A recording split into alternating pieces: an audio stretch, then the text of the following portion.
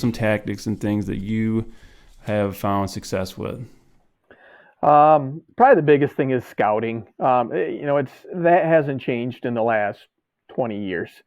Um, I would say I'm scouting different areas than I did in the past. It's everybody knows the well-known areas around the country, and the A-list areas, and those aren't really places I target anymore.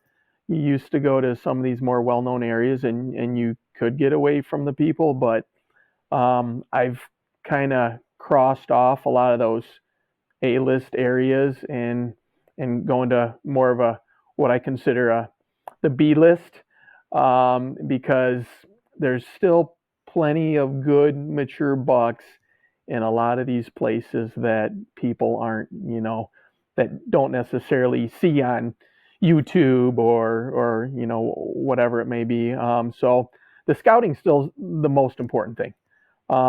Scouting has changed a ton also. I mean, the digital scouting is better than it's ever been, and that's where I always start, is with digital scouting.